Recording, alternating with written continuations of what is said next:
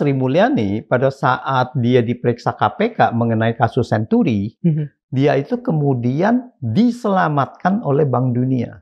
Sri Mulyani pada saat itu adalah sebagai Menteri Keuangan aktif dari satu negara yang members dari anggota dari Bank Dunia. Alasan Sri Mulyani mengundurkan diri, ditawari kerjaan oleh Bank Dunia. Artinya dia tidak melamar.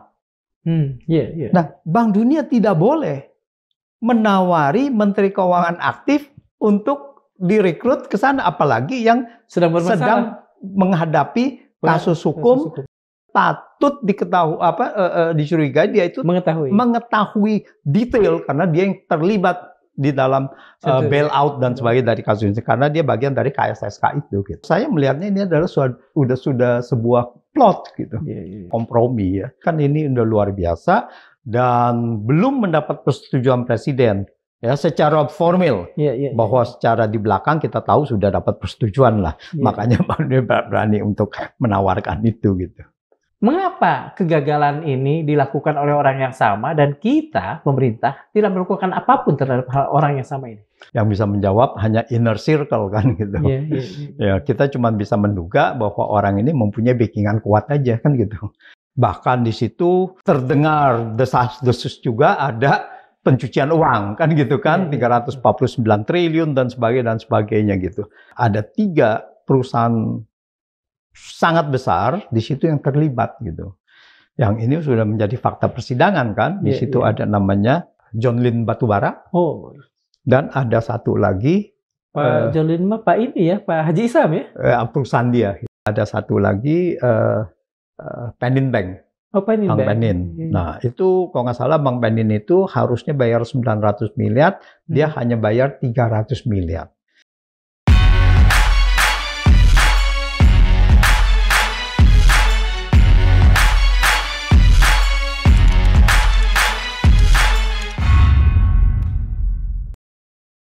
Bismillahirrahmanirrahim. Assalamualaikum warahmatullahi wabarakatuh. Sobat Madilog, ada yang perlahan-lahan hilang di negeri ini. Kepercayaan, rasa aman, dan terutama keadilan. Negara kian tak terasa lagi mengayomi rakyatnya. Yang dimanja justru segelintir oligarki dengan kuasa bejibun bergunung-gunung. Alih-alih mencari koruptor dan menangkapnya, yang dilakukan negara justru adalah menangkap, mencabut, atau apapun namanya, rekening-rekening yang sunyi. Mungkin karena beberapa hal yang bersangkutan juga dengan persoalan ekonomi.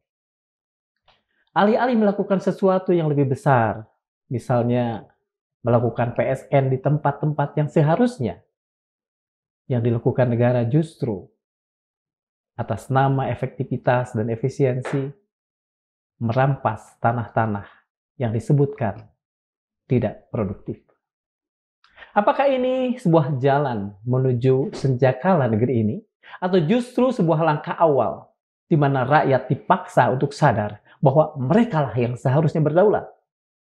Untuk itulah saat ini di Dunia Madilog kita menghadirkan Bapak Antoni Budiawan, seorang ahli ekonomi politik sekaligus seorang ahli kebijakan publik. Terima kasih sudah hadir bersama kami, Pak Antoni. Sama-sama, Mas. Pak Antoni, ini soal pemblokiran rekening. Bila selama 3 bulan dianggap idle, dianggap tidak aktif ya. Apakah itu sebetulnya sebuah bentuk intervensi negara pada hak publik? Sebetulnya ya tidak dalam arti peraturan ya, tapi sebetulnya hal tersebut tuh sudah dilakukan oleh banyak bank. Yaitu kalau dia tidak aktif 6 bulan, itu namanya didorman. Didorman. Ya, jadi rekeningnya dorman, diparkir gitu kan. Tapi kita bisa buka lagi. Jadi tidak hilang itu semuanya gitu. Kita bisa buka. Nah, yang sekarang 3 sampai 6 bulan sampai 12 bulan ini kita tidak tahu apa yang namanya diblokir. Ya dorman sebetulnya kita harus aktifkan kembali. Tapi dorman itu kita bisa kirim uang ke situ gitu, ke rekening itu. Tapi kita tidak bisa aktif dalam arti kalau kita mau aktif itu kita harus minta lagi izin dari bank tersebut untuk diaktifkan kembali gitu supaya kita bisa transaksi lagi. Kadang-kala kita ini kan mempunyai 2 atau 3 rekening bank. Betul. Karena satu adalah biasa kalau seseorang ada kredit, ya dia kreditnya melalui bank tersebut, bank A, lalu kemudian diminta untuk juga buka di sana. Betul. Tapi dari kerjaan mungkin memerlukan bank yang lain gitu. Betul. Nah inilah bahwa setelah ini selesai, kredit selesai atau apapun itu, ini menjadi tidak aktif. Tapi mungkin saja ada uang itu di sana. Betul. Bisa saja bahwa di situ didormankan. Itu suatu hal yang lazim. Lah, yang tidak masalah gitu. Asal yang maksudnya diblokir itu jangan dihilangkan, jangan dimiliki gitu. Ada tendensi bahwa yang kedua ini justru yang akan dilakukan pemerintah, Pak. Kalau misalnya Bapak melihat mungkin perbincangan, mungkin aturan bahkan. Saya rasa tidak.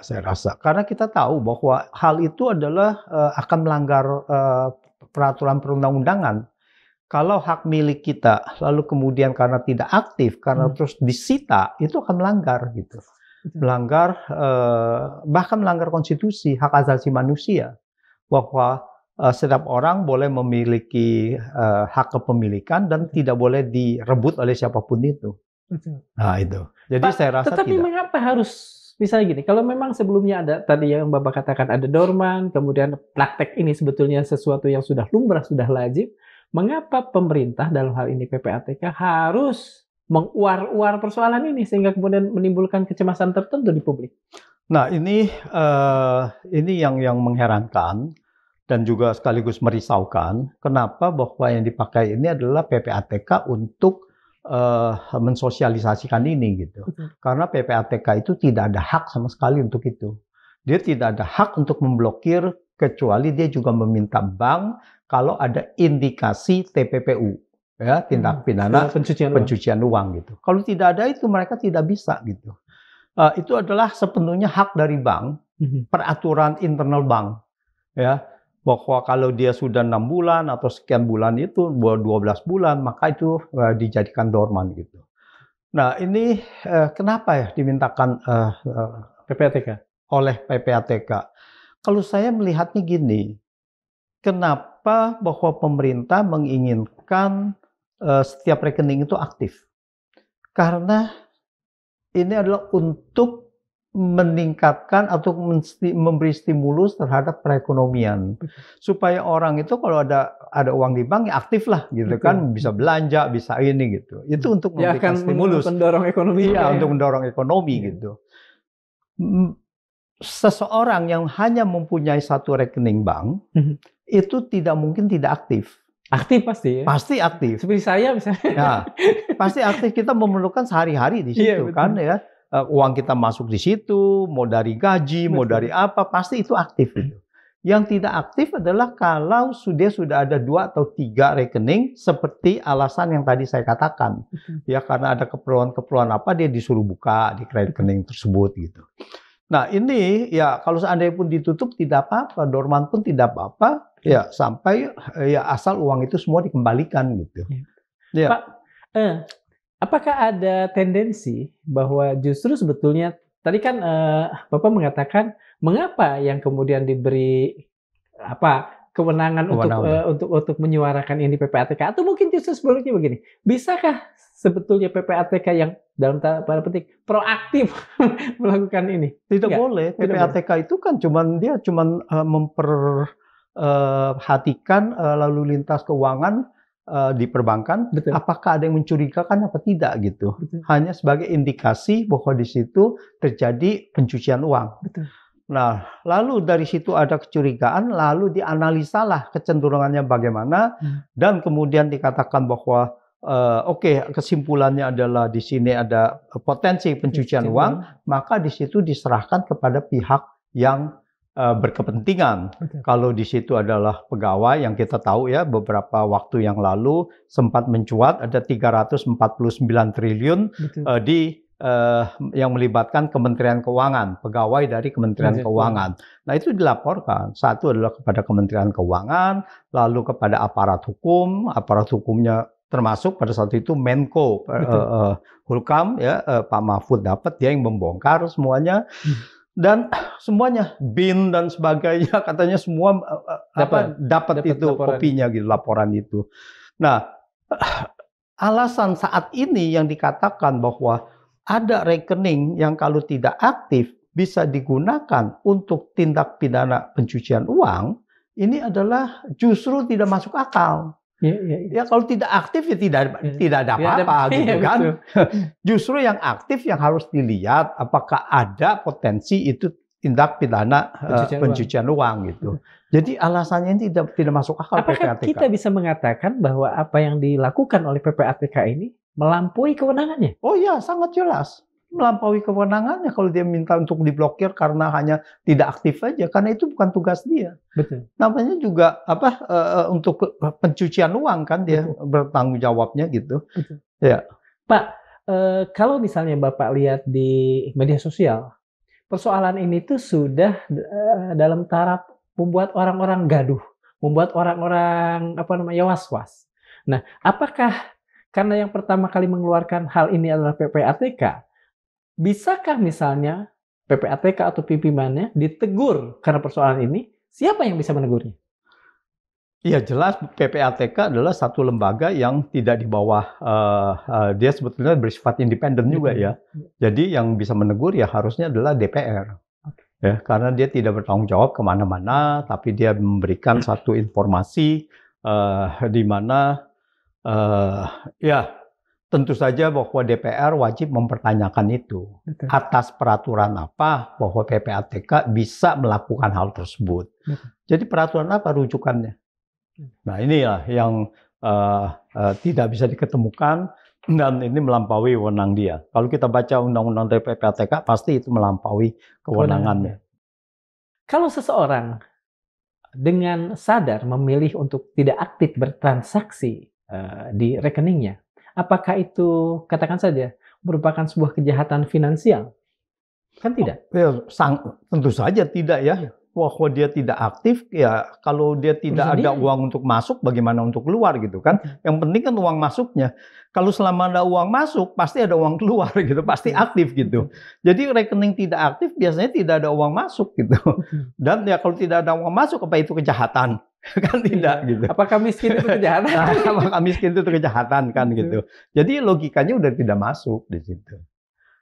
Lalu saya tanya lagi, buat apa PPATK yang menguar-uar persoalan ini? Nah itulah, jadi kalau menurut saya ya ini sebagai test the water aja, ya untuk melihat ini bagaimana reaksi masyarakat dan tujuannya menurut saya adalah agar memberikan stimulus kepada ekonomi gitu. Bahkan di luar negeri ya itu ada, ya saya contohkan di Belanda beberapa waktu yang lalu. Dia ada satu kebijakan, kalau melampaui sampai uangnya di bank itu melampaui tingkat tertentu, maka dia dikenakan negative interest. Artinya dia bukan hanya nol interest suku bunga, harus bayar gitu. Nah itu memberikan stimulus bahwa Anda jangan menyimpan uang Anda harus membelanjakan uang Anda gitu. Nah, tapi itu jelas bahwa hak asasinya itu tidak diganggu, bahwa dia boleh mau aktif mau tidak aktif tidak apa-apa, tetapi peraturan perbankan atau peraturan yang dari undang-undang itu mengatakan bahwa untuk hal certain amount jumlah tertentu, maka dia akan dikenakan penaltis seperti kayak begitu gitu. Di kita apakah itu berlaku? Tidak. Di sini tidak ada peraturan seperti itu. Jadi bagaimana kebijakan-kebijakan diambil untuk memberikan stimulus. Artinya di negeri ini orang bisa naruh uang seberapapun banyaknya dan menjadikannya idle begitu kalau begitu Pak? Oh iya, jadi begini, emang fungsi perbankan kan begitu. Jadi bank itu mengambil sebanyak-banyaknya uang dari masyarakat kalau bisa disimpan di satu bank tertentu. Karena apa? Bahwa bank ini mempunyai fungsi intermediary, ya, fungsi penengah atau perantara untuk menjadikan dia investasi. Jadi dia mengumpulkan uang dari mereka yang itu, inilah fungsi dari intermediasi, bahwa dari yang pemilik uang sama yang memerlukan uang itu. Nah, jadi di situ dia sebagai mediasi untuk investasi gitu. Nah, jadi nggak apa-apa bahwa dia, ya kalau dia ada uang kita lebih di sana, dia bisa kemudian menyalurkan kepada yang membutuhkan. Dengan kata lain, berapapun uang yang kita masukkan ke bank itu pasti tidak akan idle ya Pak ya? Tidak akan idle. Ya harusnya begitu. Ya. Jadi kalau kita lihat sekarang secara global aja berapa dana pihak ketiga, lalu berapa yang disalurkan menjadi kredit, itu tidak ada yang idle gitu. Mereka harus ada cash sedikit ya, karena kan harus ada nasabah narik uang cash dan sebagainya, itu kan diperlukan juga gitu. Jadi itu tidak ada yang idle. Bahkan yang idle itu mereka investasikan di surat berharga negara. Oh iya, sukuk lah apalah. Iya, bahkan di situ sekarang negara itu sudah bersaing dengan swasta. Bahwa untuk mendapatkan dana dari bank itu gitu. Oke, Pak, sekarang pada persoalan kedua, soal tanah. Ya. Oh ya. Nah, tanah juga kan saya agak gampang dan agak dramatis saya katakan akan dirampas kalau dia tidak produktif. Adakah di sini semangat land reform atau justru sebetulnya kembali ke yang tadi, hanya intervensi saja pada kepemilikan publik? Saya menduga, ini kan belum ada peraturannya kan. Betul. Belum ada peraturan yang jelas, tetapi ini sekali lagi rumor-rumor yang dihembuskan gitu. Jadi saya menduga ini terkait dengan lahan-lahan yang untuk produktif, untuk produksi. Betul. Jadi bukan lahan yang kita bilang, oke, di rumah kita ada sebelah ini, lalu ada 200 meter, 300 meter, tidak aktif, lalu kemudian diambil gitu. Saya rasa tidak begitu gitu. Betul. Nah, ini adalah untuk lahan, misalkan di pertanian, orang yang punya 1 hektar, tidak ditanami gitu. Nah, itu yang katanya akan diambil. Dan itu pun salah. Jadi cara itu sekali lagi sama, sebetulnya insentif untuk, ya sebenarnya bukan insentif, penaltis untuk menggerakkan ekonomi gitu. Jadi Anda ini harus bertanam. Anda ada lahan pertanian, ada lahan perkebunan, ya Anda harus tanam gitu. Nah, tetapi ini adalah kebijakan yang salah. Kita memberikan kebijakan dengan memberikan penaltis gitu. Nah, apalagi penaltisnya dalam 2 tahun tidak bergerak itu diambil.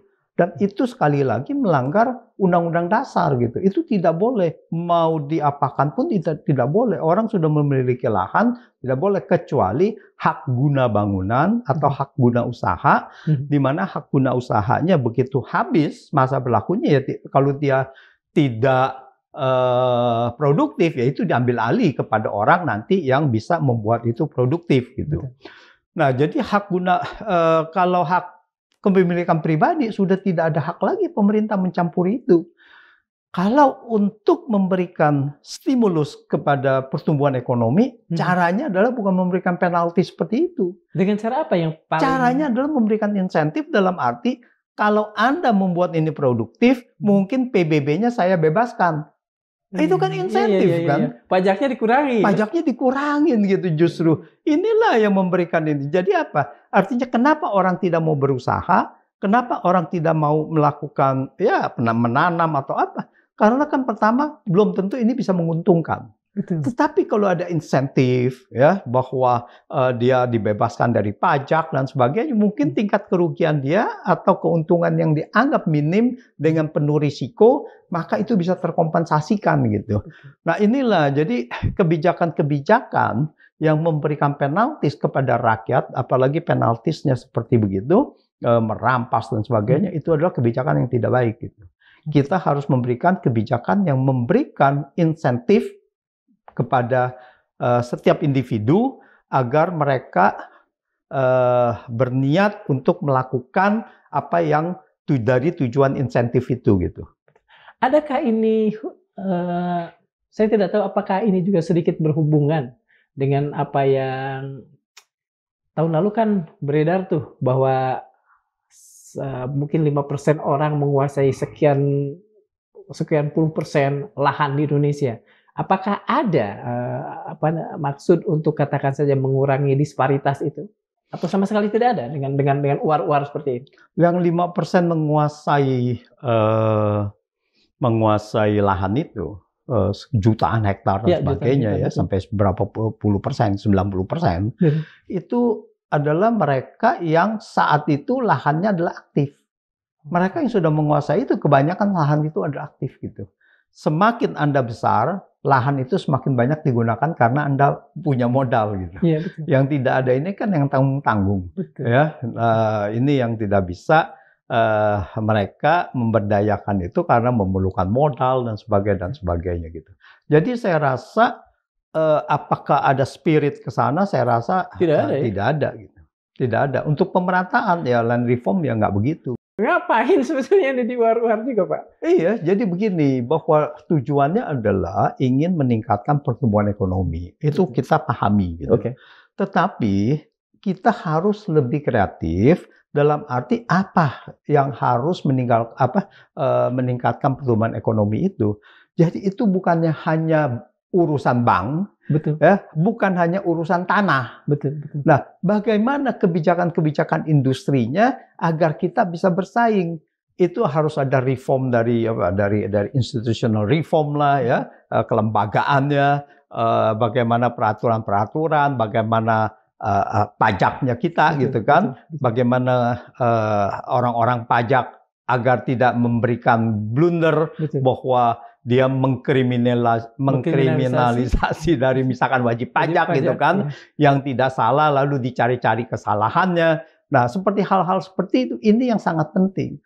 Kalau kita punya iklim usaha kondusif, itu otomatis bahwa investasi itu akan lebih bergairah. Gitu. Kenapa orang tidak mau investasi saat ini? Ya karena satu kesempatan usahanya, dan kedua adalah orang melihat peraturan-peraturan tidak mendukung gitu. Seberapa ringkih sih sebetulnya kondisi ekonomi negara saat ini? Dikaitkan dengan penerimaan pajaknya, ringkihnya dalam arti bahwa apa gitu? Soal keuangannya dulu, kemudian nanti Bapak bisa hubungkan dengan pajaknya. Iya, soal keuangan kita ini memang sudah cukup memprihatinkan, bahkan mengkhawatirkan gitu. Karena penerimaan negara kita itu tax ratio ya terhadap PDB persentasenya itu sudah di bawah 10%. Dan ini sangat tidak sehat. Itu pertama. Yang kedua, di dalam 10% tadi, kurang dari 10% penerimaan pajaknya, itu ada tanggungan bunga utang. Dan tanggungan bunga utang itu sudah mencapai sekitar 25% dari penerimaan perpajakan. Jadi ini sudah sangat tidak sehat sekali gitu. Ya, itu pertama. Kalau dibilang ringkih dalam arti begitu, ya pasti gitu. Ini tidak sustain dalam arti apa? Apa yang bisa terjadi dengan itu? Yang bisa terjadi adalah dua hal. Satu adalah bahwa defisit kita sudah dibatasi kan menjadi 3%. Oleh karena itu, kalau pendapatannya kurang, pendapatan negara, maka belanja negara harus kurang. Nah, kalau belanja negara kurang, maka akan terjadi ekonominya kontraksi dan sebagainya. Seperti saat ini kan efisiensi dan sebagainya ya Pak ya? Iya, sebetulnya saat ini bukan efisiensi juga. Saat ini adalah sebenarnya realokasi lagi. Karena secara total itu sama saja. Kita punya PBN itu tidak berkurang. Tidak berkurang. Nah, cara yang kedua adalah bahwa penerimaan negara turun, maka dia harus menambah sumber-sumber pajak yang baru gitu untuk menaikkan itu. Nah, ini yang membahayakan. Mengenakan pajak baru, sumber-sumber pajak yang baru itu akan membuat ekonomi semakin terpuruk. Nah, ini jadi apapun itu akan menjadi masalah. Jadi ya harusnya dilakukan reform dalam arti di tingkat perpajakan atau bagaimana gitu. Kita tax ratio kita itu yang tertinggi adalah pada tahun 2008. Ya, zaman Pak SBY berarti 13,3%. Tetapi setelah itu di situ ada reformasi, namanya 2008 itu ada namanya sunset policy, semacam pengampunan pajak juga gitu. Ada 2008. Dan itu ada tax reform lah pada saat itu. Tax reformnya, unfortunately, bahwa sayangnya adalah bahwa ini malah memperburuk keadaan ekonomi karena tax reform itu lebih memperkuat orang-orang kelas atas. Dalam arti mereka bayar pajaknya dikurangin dengan alasan jadi lebih rendah secara persentase, dengan alasan bahwa di situ untuk memberikan stimulus ekonomi, dan ternyata terbukti tidak berhasil, gagal. Dan kita lihat bahwa dari 13,3% itu turun terus sampai 2019 sebelum pandemi itu menjadi 9,8% saja. Itu hampir 4%. Itu turunnya sangat besar sekali. Kalau kita punya PDB pada saat itu 20.000 saja, sekarang ini 23.000 deh ya. Itu kalau 20.000, 4% itu 800 triliun gitu turunannya. Nah, ini adalah kebijakan yang pada saat itu Menteri Keuangannya juga sama, yaitu Sri Mulyani gitu. Nah, kebijakan ini yang membuat dia, yang membuat tax ratio kita turun. Gitu. Dan yang kedua, lalu ada digembar-gemborkan adalah tax amnesty 2016-2017. Dan itu pun digembar-gemborkan akan menaikkan tax ratio. Bahkan tax ratio sewaktu mau dimulainya tax amnesty itu 11,4%. Lalu katanya digembar-gemborkan akan naik menjadi 14,6%. Lebih tinggi dari 2008 tadi? Lebih tinggi dari 2008. Dan ini jelas-jelas adalah pembohongan publik. Ya, ini tidak terbukti sama sekali. Dari 11,4% itu kemudian turun terus sampai 9,8% dalam waktu 5 tahun itu. Dalam waktu terjadinya tax amnesty sampai dengan 2019. Menteri Keuangan yang sama melakukan sunset policy seperti yang Bapak katakan tadi di 2008. Gunanya agar stimulus ekonomi. Untuk stimulus ekonomi, dan gagal. Dan tidak terjadi. Kemudian di 2016 Bapak katakan Menteri Keuangan yang sama itu ingin melakukan tax reform. Dengan harapan tax ratio bisa naik sampai ke 14,sekian%. Dan tidak terjadi.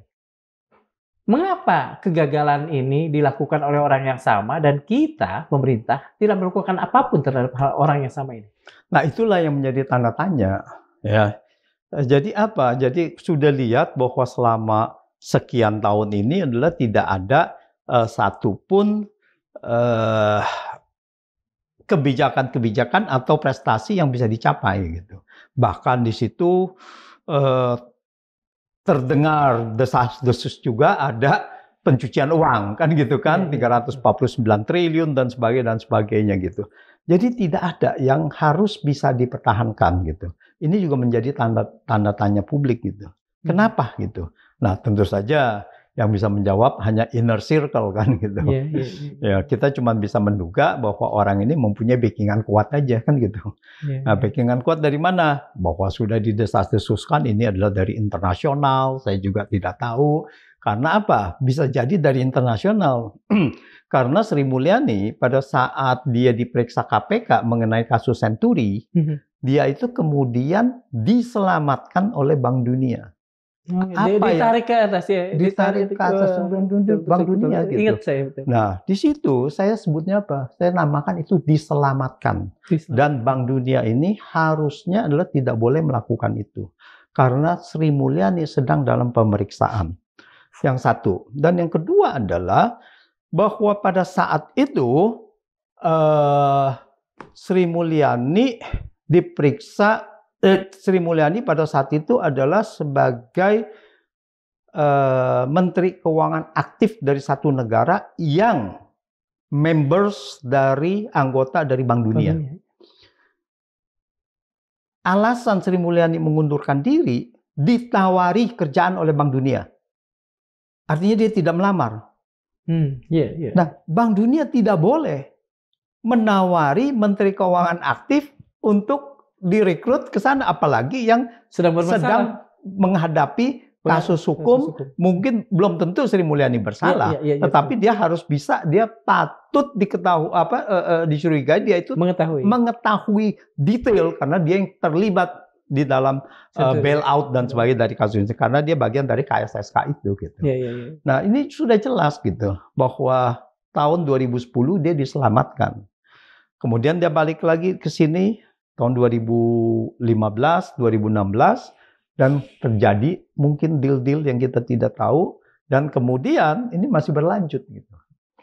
Nah, apakah bahwa preferensi dari yang tadi ya utang dan sebagainya, banyak yang merumorkan ya ini karena ya Menteri Keuangan ini hobi ngutang dengan interest rate yang lebih tinggi dan sebagainya sehingga menguntungkan pihak-pihak internasional juga gitu. Apakah ketika Bank Dunia melakukan hal yang tadi menyelamatkan seorang Sri Mulyani yang sedang bertugas, ya kita lepas dari tadi apakah dia bermasalah atau tidak, tapi sedang bertugas. Dan patut untuk ditanya-tanya lah ya untuk oleh hukum.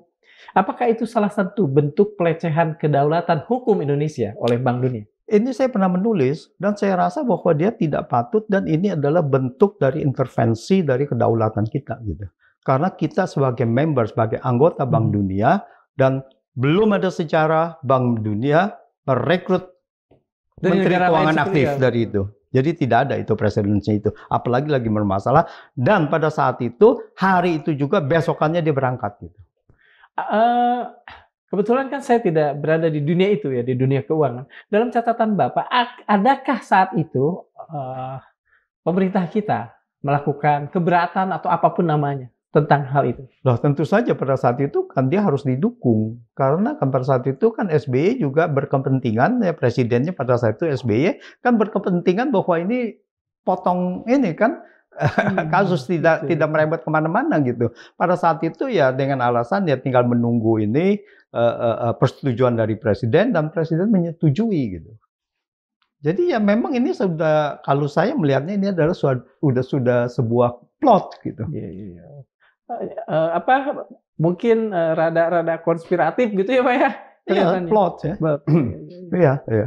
Karena apa? Untuk memutus supaya dan saya rasa ini adalah sudah kompromi ya. Bahwa ini bukan karena Sri Mulyani sendiri mendaftar. Kalau dia Sri Mulyani mendaftar, maka Bank Dunia seharusnya pun menolak ya dari dalam kasus ini. Tapi ini menawarkan. Jadi kan ini udah luar biasa dan belum mendapat persetujuan presiden ya secara formal. Bahwa secara di belakang kita tahu sudah dapat persetujuan lah. Makanya Bank Dunia berani untuk menawarkan itu gitu. Apa yang kemudian selain urusan-urusan Bank Senturi yang kemudian katakan saja putus di tengah jalan, adakah ya itu kan kita menjadi good boy itu dari Bank Dunia. Adakah kemudian keuntungan-keuntungan tertentu yang bukan buat pribadi tapi buat negara ini diberikan Bank Dunia di tahun-tahun berikutnya? Saya rasa Bank Dunia tidak ada memberikan apapun. Dalam arti begini, ekonomi kita pada saat itu sudah cukup kuat. Apa yang dibantu oleh Bank Dunia? Bahkan kita ini kadang-kadang terbebani lalu Bank Dunia memberikan pinjaman untuk apa? Untuk penguatan sistem keuangan dan sebagainya gitu. Padahal yang belum tentu itu diperlukan gitu kan ya. Bisa 1 juta US dollar sekian. Nah, ini untuk menyalurkan pinjaman saja gitu. Apakah pinjaman itu menguntungkan? Belum tentu. Ya. Menguntungkan Bank Dunia iya. Jadi pun kan ada bunga dan sebagainya buat mereka. Ya, jadi di situ terjadilah konflik of interest di situ. Untuk hal begitu aja 1 juta US dollar kita nggak perlu pinjam kok. Kita bisa melalui APBN kalau memang itu keperluan untuk internal dari Kementerian Keuangan untuk memperkuat sistem keuangan. Itu harusnya bisa dilakukan dengan anggaran yang ada gitu. Pak, saya ingin konfirmasi satu hal kepada Bapak yang mengerti pada persoalan ini.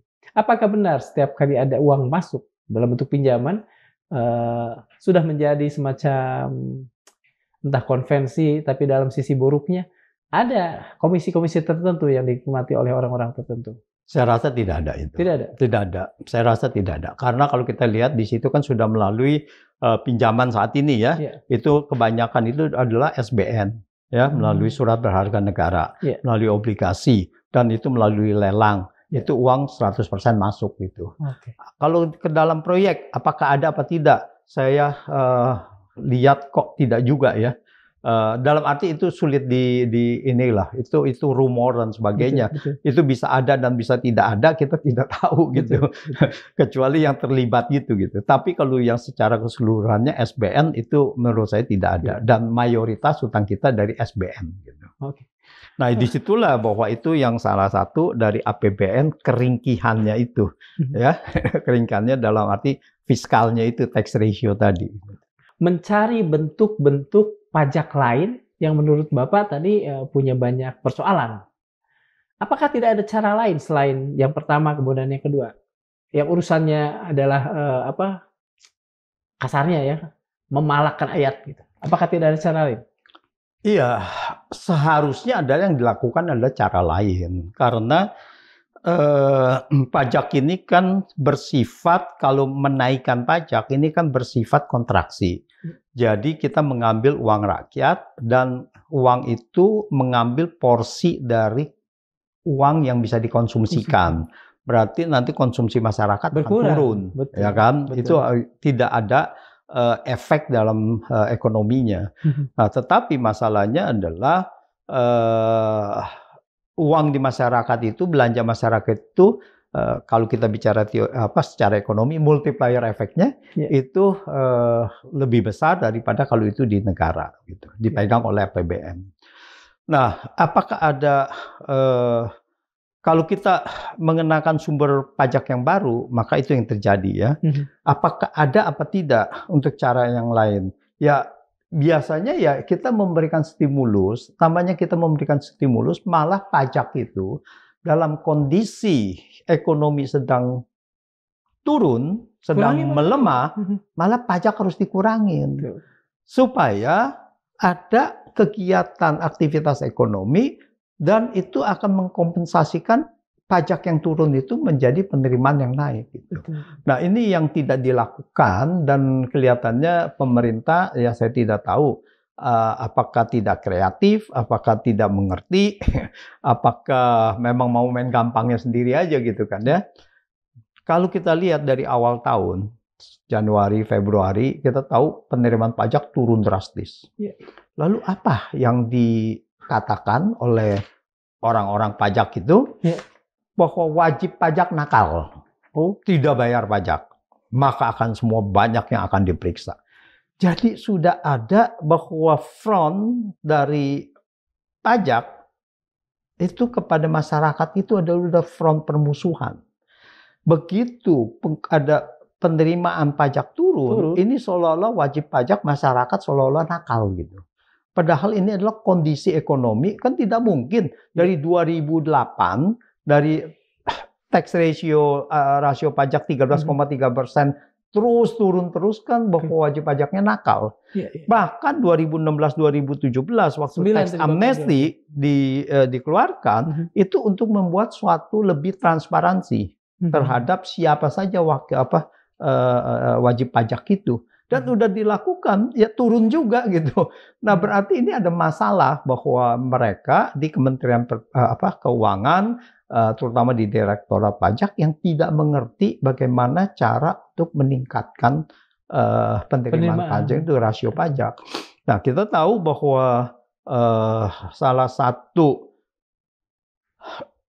kampanye ekonomi dari Presiden Prabowo ini kan mau menaikkan rasio ya, tax ratio kan ya. Itu sampai 14%, 15%, bahkan kalau pendapatan negaranya sampai 18% dan sebagainya. Nah, ini juga menurut saya juga terlalu ilusi lah ya. Kalau dia bisa kembalikan ke 13,3% aja yang pernah tercapai gitu kan, itu sudah sangat hebat sekali. Ya, kita jangan bermimpi menjadi 15%. Ketika Pak Prabowo mengatakan penerimaan dia target tinggi, kemudian itu ada nggak indikasi bahwa yang diperas akan rakyat lagi? Mengingat kemana uang sumber daya alam, nikel, sawit dan lain sebagainya? Sebetulnya tidak perlu. Jadi kalau kita lihat sampai dengan tahun 2008 itu, 2004 sampai dengan 2008 tax ratio itu naik. Dan itu tanpa ada penambahan pajak-pajak baru. Itu murni karena peningkatan ekonomi. Okay. Peningkatan ekonomi di mana sistem pajak itu orang yang memang mempunyai pendapatannya lebih besar lalu membayar porsi pajak lebih banyak gitu. Nah, itu yang harus dilakukan. Jadi saat ini jauh dari situ gitu. Pak, selain memang ekonomi sedang tidak baik-baik saja, saya memakai idiom yang sedang in sekarang ya, sedang tidak baik-baik saja. Adakah sebetulnya yang paling dominan juga turunnya trust dari publik? Karena kita lihat, maaf saya menyebut orang, kita lihat ada petugas-petugas pajak kayak gayus lah, kayak apalah yang lancung misalnya, Pak. Penurunan trust terhadap Direktorat Jenderal Pajak itu sudah lama dan masyarakat juga tidak bisa apa-apa. Lalu cuman sebagai pengungkapan kekesalan aja bahwa wah kalau dengan begini saya tidak mau bayar pajak. Nggak bisa juga bisa. Ya. Karena pajak itu diatur dengan undang-undang. Iya, betul. Nah jadi nggak bisa gitu. Jadi kalau ke tingkat kepercayaannya ya saya rasa memang sudah jatuh sekali di mata masyarakat gitu. Jadi kita lihat di lain pihak bahwa mereka yang mampu bernegosiasi ya senang-senang aja. Pengusaha-pengusaha besar ya mampu bernegosiasi ya senang gitu. Nah, contohnya yang 3 tahun yang lalu ya itu yang tertangkap 4 tahun yang lalu kalau nggak salah salah satu direktur dari Direktorat Pajak ya. Dia tertangkap gitu dan ada 3 perusahaan sangat besar di situ yang terlibat gitu. Yang ini sudah menjadi fakta persidangan kan. Di situ ada namanya John Lynn Batubara. Oh. Dan ada satu lagi Pak John Lynn Pak ini ya, Pak Haji Isam ya. Perusahaan dia gitu ya. John Lynn Batubara itu terlibat ada penyuapan untuk mengurangi pajak dan juga ada satu lagi Penin Bank. Oh, Penin Bank Penin. Nah, itu kalau nggak salah Bank Penin itu harusnya bayar 900 miliar, dia hanya bayar 300 miliar. Oh, nah, ini informasi yang ada gitu. Nah, dan sebagian itu dia memberikan kompensasi kepada orang-orang yang lancung pajak itu kan gitu. Ya, buat beberapa orang ya selama orang-orang pajak itu suka masih materi, bisa, iya, betul. Ya buat mereka ini adalah berkah gitu, untuk mengurangi pembayaran pajak gitu. Nah kalau itu tidak, berarti kan dia harus bayar segitu, 900 miliar. Dan itu harusnya yang dilakukan gitu. Nah oknum-oknum yang begini yang harus dihukum berat. Gitu. Dan termasuk ya pengusahanya yang menyogok dengan sengaja gitu. Itu harus ini. Tapi yang ada adalah yang dikorbankan yang bawah-bawah saja. Yang bertanggung jawab direksinya itu tidak dilakukan apa-apa. Mungkin nyetor juga barangkali ya. Ya, tidak usah kita. Ya pastilah bahwa di situ ada ya kita tahu bagaimana kalau hukum mau tumpul kepada kita akan kita harus memberikan supaya itu tumpul kan gitu kan. Betul. Gosok ya. Pak ini mengapa misalnya ada kesan bagi kalangan bawah seperti saya dan katakan saja mereka yang berada pada level yang sama dengan saya, untuk besarnya penerimaan negara dari pajak ini, kenapa misalnya yang kedua tadi yang akan dilakukan, memperbanyak jenis-jenis pajak yang jatuhnya pada rakyat kecil, sementara ini pertanyaan saya, masih adakah ceruk yang memungkinkan perusahaan-perusahaan besar itu dipajaki dengan baik lah katakan? Iya, tentu saja. Begini, salah satu hasil dari Sunset Policy 2008 itu kan pengurangan corporate tax. Ya, itu yang tadinya dari 30%, 35%, 30%, 25%, 22%. Terus berkurang gitu. Itu luar biasa sudah pengurangan pajaknya itu. Terus yang kedua adalah tentu saja misalnya tingkat keuntungan yang dibagikan itu juga kan pajaknya dikurangi juga gitu. Nah ini yang semuanya membuat permasalahan inti bahwa tax ratio ini turun. Oke. Pak, ketika tadi Pak Prabowo, sebagaimana Bapak katakan, berencana menaikkan penerimaan, menaikkan tax ratio, apakah itu kaitannya dengan mengembalikan, katakan saja, presentasi pajak ke masa-masa pra-sunset policy atau apa? Kelihatannya, Pak. Nah, itu yang saya juga tidak tahu, tentu saja. Tapi berarti pasti orang-orang di sana kan sudah mempunyai perhitungan gitu ya. Okay. Bagaimana bisa meningkatkan ke sana gitu. Tax ratio sampai ke titik itu gitu. Semoga saja bahwa mereka benar-benar bisa membuat kebijakan-kebijakan yang menuju ke sana gitu. Jangan hanya setelah janji-janji ini tidak bisa direalisasikan dan dilupakan gitu. Karena apa? Karena kita lihat sekarang kalau tax ratio di bawah 10% itu sudah sangat-sangat memprihatinkan. Tax ratio di bawah 10%, misalkan tahun 2009 dengan sekarang ini berbeda. Tahun 2009 meskipun tax ratio di bawah 10%, tetapi pembayaran bunganya juga masih sekitar 10% dari penerimaan perpajakan. Di sini sekarang udah 25% gitu. Secara net itu adalah sudah jauh lebih rendah gitu. Nah, ini yang membahayakan. Pak, tadi Bapak mengatakan pada persoalan yang kedua itu ya. Saya di sini mencatat bahwa sudah 10 tahun lebih rakyat membayar pajak segala rupa nih. Katakan dari nasi padang, mie instan juga dipajakin, kemudian rokok, bahkan parkir pun katanya mulai naik karena pajak.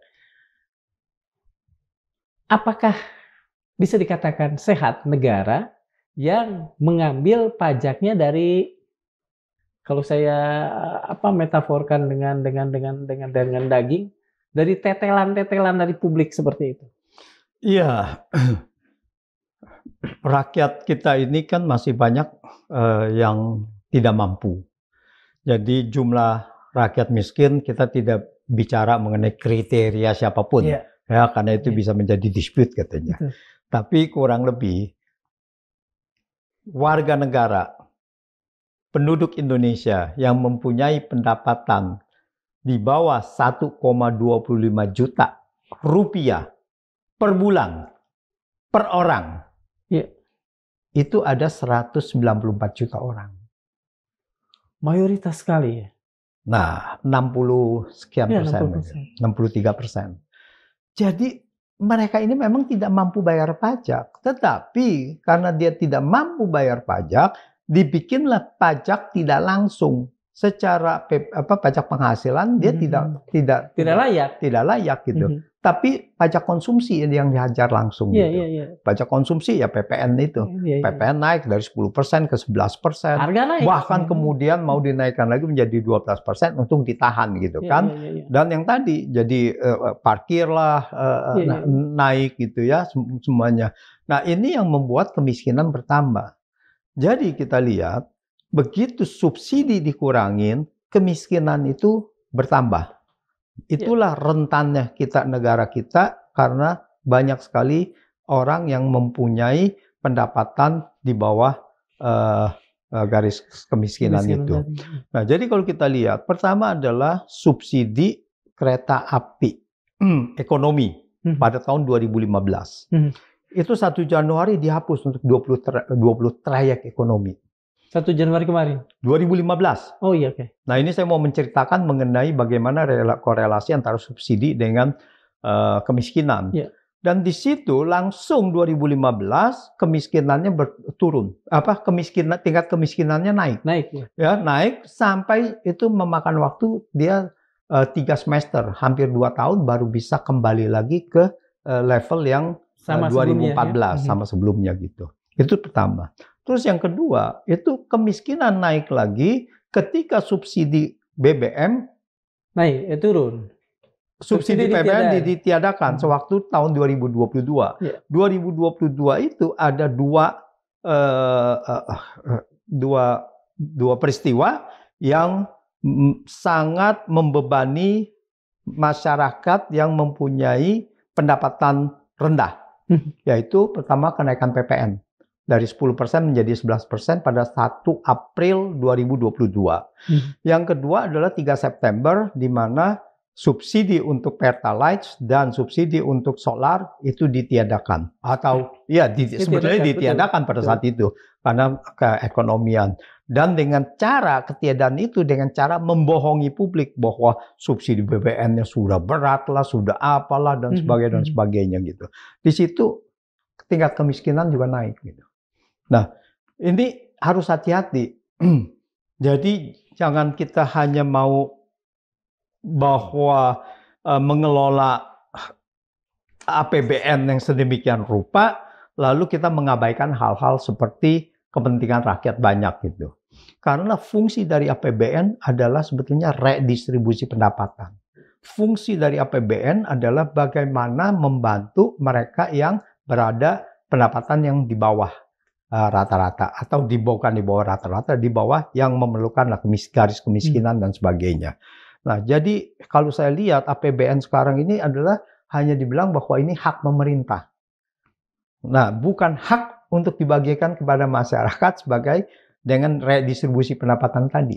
Sampai berapa lama kalau dalam prediksi Bapak mengingat struktur APBN yang ada beberapa tahun belakangan, hal itu akan terjadi bahwa APBN murni dalam tanda petik hak pemerintah dan tidak kemudian untuk redistribusi tadi Bapak katakan rakyat. Ya ini kan sudah terjadi gitu. Sudah terjadi. Jadi semua itu dikurangin, tetapi mungkin beberapa hal ada lagi subsidi yang diberikan, tetapi melalui misalkan MBG. Ya, itu satu-satunya sekarang ini. Ya ada masih bantuan sosial dan sebagainya, tapi tidak terbuka benar lah bahwa apakah itu masih cukup apa tidak gitu. Kita juga tidak tahu secara persis karena juga tidak ada data-data yang tersedia untuk publik gitu. Apakah misalnya begini, ketika di SD kan generasi saya itu adalah generasi yang diharuskan menghafal UUD 45. Ada pasal, kalau saya tidak salah, pasal 34. Bunyinya begini, fakir, miskin, dan anak-anak terlantar dipelihara oleh negara. Kata dipelihara tentu sangat multi-interpretatif dalam persoalan ini. Kalau misalnya sekarang ini banyak sekali subsidi yang dihilangkan, banyak sekali peluang-peluang masyarakat redistribusi pendapatan ke masyarakat yang dihilangkan. Apa sebetulnya yang masih menjadi tugas pemerintah yang sebenar-benarnya? Kan tugas pemerintah seperti yang Bapak katakan adalah memberikan kesejahteraan pada rakyatnya. Ya, disitulah bahwa secara tanpa undang-undang dasar pun, di mana setiap negara itu akan melakukan redistribusi pendapatan melalui APBN. Redistribusi pendapatan itu adalah salah satu jelmaan dari memelihara fakir miskin tadi. Orang miskin di luar negeri diberikan tambahan berapa bahwa minimum pendapatan yang harus diterima oleh mereka, kalau dia kurang itu diberikan oleh negara. Nah, itulah ada minimum wages, di mana upah minimum itu kalau kurang mereka ditambahkan. Minimum pendapatan seseorang kalau di beberapa negara itu misalkan paling sedikit $1.250. Kalau dia cuma ada pekerjaan, dia ada part-time, dia cuma dapat $700, ya $500, $550 itu dikasih negara gitu. Itu yang namanya fakir miskin dipelihara oleh negara gitu kan. Interpretasinya bukan multitafsir lagi, sebetulnya sangat sederhana gitu. Iya. Tidak multitafsir bahkan ya. Tidak multitafsir gitu. Jadi tidak ada orang miskin. Tidak ada orang miskin, bagaimana mekanismenya redistribusi pendapatan tadi. Redistribusi pendapatan itu bagaimana memenuhi kebutuhan manusia tadi. Kalau itu tidak dilakukan oleh pemerintah, bisakah kita mempertanyakan, lu ngapain aja misalnya? Iya, selama ini kan memang tidak pernah dipenuhi. Tidak pernah. Dengan adanya jumlah rakyat miskin sedemikian rupa kan, bahkan yang menurut BPS yang gajinya pendapatan orang itu cuma 550.000, sekarang naik menjadi 600.000, itu masih ada sekitar 20 juta lebih gitu. 600.000 per bulan. Artinya 20.000 per hari. Iya. Nah, itu masih ada 20 juta lebih gitu. Warteg pun jarang yang 10.000 sekarang, udah lebih. Nah, itu ditambah sebetulnya pangan dan sandang dan kebutuhan lain-lainnya gitu kan. Jadi dia tidak bisa memenuhi protein dia. Nah, inilah yang menyebabkan orang-orang yang di situ menjadi, kalau dia masih di dalam balita, ya dia menjadi stunting. Itu ya, betul. Nah, ini akar masalah dari stunting ini adalah kemiskinan. Akankah pada saatnya terjadi ledakan sosial karena persoalan-persoalan kemiskinan lah di satu sisi, kemudian harga-harga yang mahal karena terlalu banyaknya tadi pajak-pajak yang dimasukkan ke dalam hal-hal yang dikonsumsi publik misalnya. Ada peluang seperti itu di Indonesia? Ya, bahwa pergerakan sosial itu selalu pasti ada. Tapi sampai sejauh mana bahwa itu akan terjadi gitu. Bahwa ketimpangan, begini, kalau menurut dari teori ekonomi, ketimpangan pendapatan yang sudah lebih dari 0,5% itu sudah berpotensi untuk memicu kerusuhan sosial. 0,5 ya, 0,5. Kita berapa, Pak? Nah, terus ada sampai kalau lebih dari 0,55 itu potensinya sangat besar sekali. Itu dari kesenjangan pendapatan. Kita, Gini koefisien kita itu dari kesenjangan sebetulnya pembelanjaan, belanja gitu. Nah, saya menghitung sendiri. Dengan kalau dari pendapatan itu kita punya kesenjangan sosialnya berapa? Itu saya menghitung paling sedikit 0,55. Ini kan sudah lebih dari yang tadi Bapak mengatakan kalau 0,55 itu sudah bahaya. Sudah bahaya. Dan ini sudah 0,55. Berarti tinggal memicu. Pemicunya apa yang kira-kira bisa jadi pemicunya? Ini kan ya pemicunya kalau tidak bisa beli bahan makan lagi. Ditubir jurang banget kan? Iya. Kalau tidak ada makanan lagi.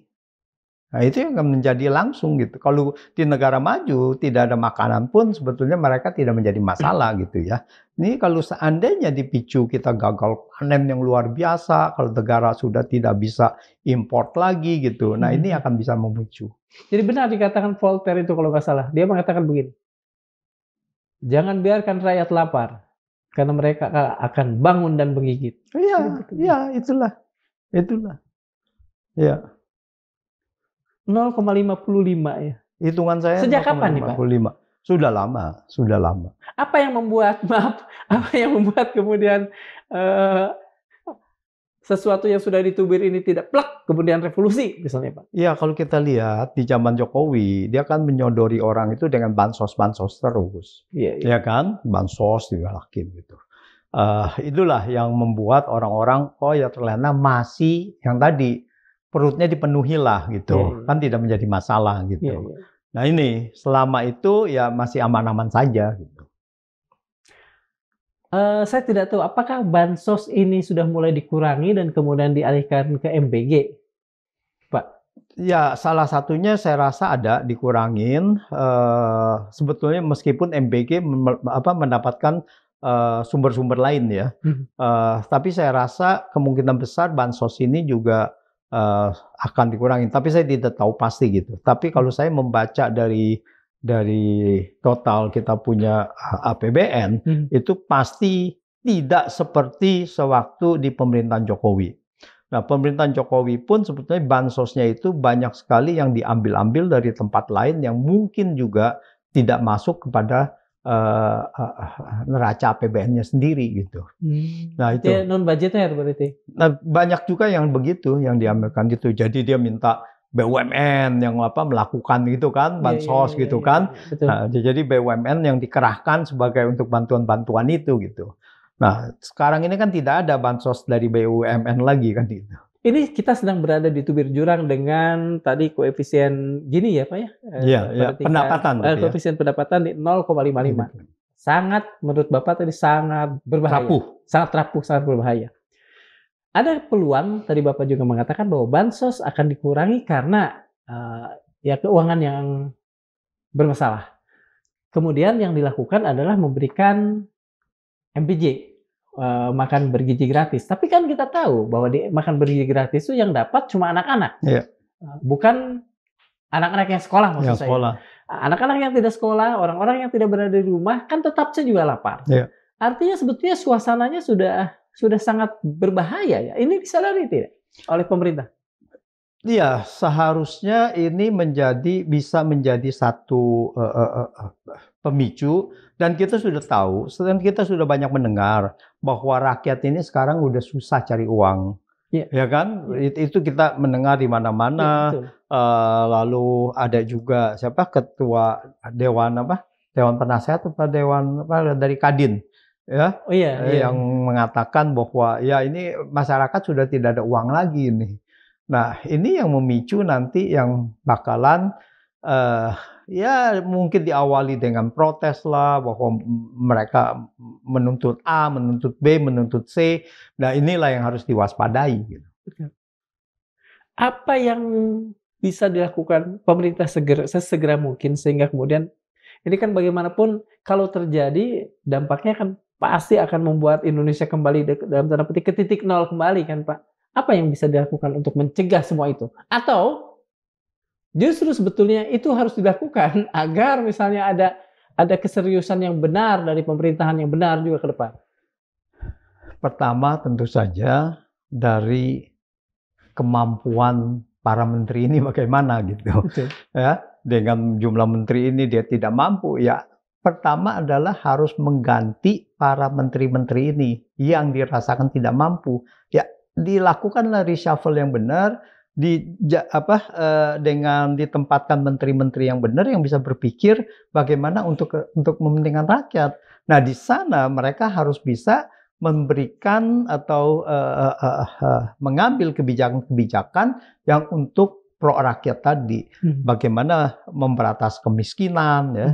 Nah, sebetulnya apa sih susahnya memberantas kemiskinan itu? Ya, sebetulnya yang tadi tinggal dinaikkan saja. Dia kebutuhannya berapa gitu kan? Dari APBN ke situ gitu kan, tinggal diajukan. Solusinya adalah apa tadi, reshuffle menurut Bapak. Sementara Pak Prabowo mengatakan menteri-menteri saya kinerjanya baik, bla bla bla bla bla. Artinya reshuffle tidak akan dilakukan. Kalau itu tidak dilakukan, bahaya ini kan sudah di depan mata, bukan begitu? Saya rasa Presiden mengatakan gitu tentu saja bahwa itu pilihan dia. Dia kan tidak bisa bahwa mengatakan, oh pilihan saya menterinya ini nggak benar gitu kan. Sementara ini sebelum reshuffle dia harus mengatakan itu dan itu dapat dimaklumi gitu kan. Apakah benar-benar itu yang ada di dalam hati dia, kita juga tidak tahu. Apakah itu hanya sebagai konsumsi untuk eksternal aja gitu. Tetapi kalau itu pun untuk konsumsi seolah-olah ya bahwa ini baik dan sebagainya, itu pun sebenarnya salah gitu. Karena sebagian besar masyarakat sudah melihat bahwa banyak sekali menteri-menteri tinggal melanjutkan aja menteri-menteri yang pemerintahan yang lama kan gitu. Iya, ada 17 orang. Nah itu, jadi di sini kan udah gitu ada pembengkakan dan sebagainya dan sebagainya. Saya rasa Presiden mengetahui itulah. Tapi bagaimana mungkin belum waktunya atau apa, nah kita tidak tahu gitu. Mengapa Presiden, kalau saya merujuk apa yang Bapak katakan di pertanyaan terakhir, mengapa Presiden tidak tidak ingin memberikan harapan pada rakyatnya? Kan harapan kita semua udah jelas kinerjanya bobrok misalnya, tidak diganti kan menyebalkan. Ya di sini kalau kita membaca pasti ada tarik-menarik antara beberapa kutub kekuatan. Ya, apakah tidak mau menyakiti kekuatan yang satunya lagi gitu kan? Atau bagaimana? Ya ini seperti orang bermain catur lah. Kalau mau menyerang ya pinggir-pinggir dulu kan gitu kan. Nah itu kita tidak tahu dan kita tidak bisa memahami. Terima kasih sekali Pak. Hari ini negara tak lagi menyejahterakan, ia menjarah. Bukan koruptor, bukan cukong, bukan pengemplang pajak yang diburu, tapi rakyat kecil yang menabung diam-diam, yang menyimpan tanah warisan karena tak punya modal untuk membuat tanahnya produktif. Inilah wajah kekuasaan hari ini. Lapar anggaran, rakus pajak, tetapi tetap memanjakan oligarki. Apakah ini akan jadi awal lahirnya kesadaran baru bahwa negara ini milik rakyat dan hanya bisa diselamatkan oleh rakyat? Dulu di Revolusi Prancis, Jean-Paul Marat berteriak serak, "Finansir, para pemungut pajak adalah lintah rakyat. Mereka kaya dari darah orang miskin, dilindungi hukum yang busuk." Sementara lisan agung Muhammad SAW bersabda, "Sesungguhnya seorang pemimpin yang menipu rakyatnya, tempatnya di neraka." Hadis riwayat Bukhari nomor 6731. Pada 2015, Paus Fransiskus mengingatkan kita dalam khotbahnya di Bolivia. Pengejaran uang yang tak terkendali adalah kotoran iblis. Ketika modal menjadi berhala dan membimbing keputusan kita, saat itu manusia pun telah menjadi budak. Inilah saatnya rakyat bangkit dengan nalar, dengan keberanian, dengan solidaritas. Bukan sekedar marah, tapi menyusun ulang cita-cita bangsa dari negara pemalak kembali menjadi negara pelindung. Karena seperti yang dikatakan Thomas Jefferson, when injustice becomes law, resistance becomes duty. Saat ketidakadilan menjadi hukum, maka perlawanan menjadi sebuah kewajiban. Kita tidak butuh revolusi berdarah, tapi kita sangat membutuhkan revolusi kesadaran. Sebab revolusi yang paling kuat, kata sejarah, selalu dimulai dari rakyat yang tak sudi terus diperlakukan bagai sapi perah. Assalamualaikum warahmatullahi wabarakatuh. Terima kasih, Pak.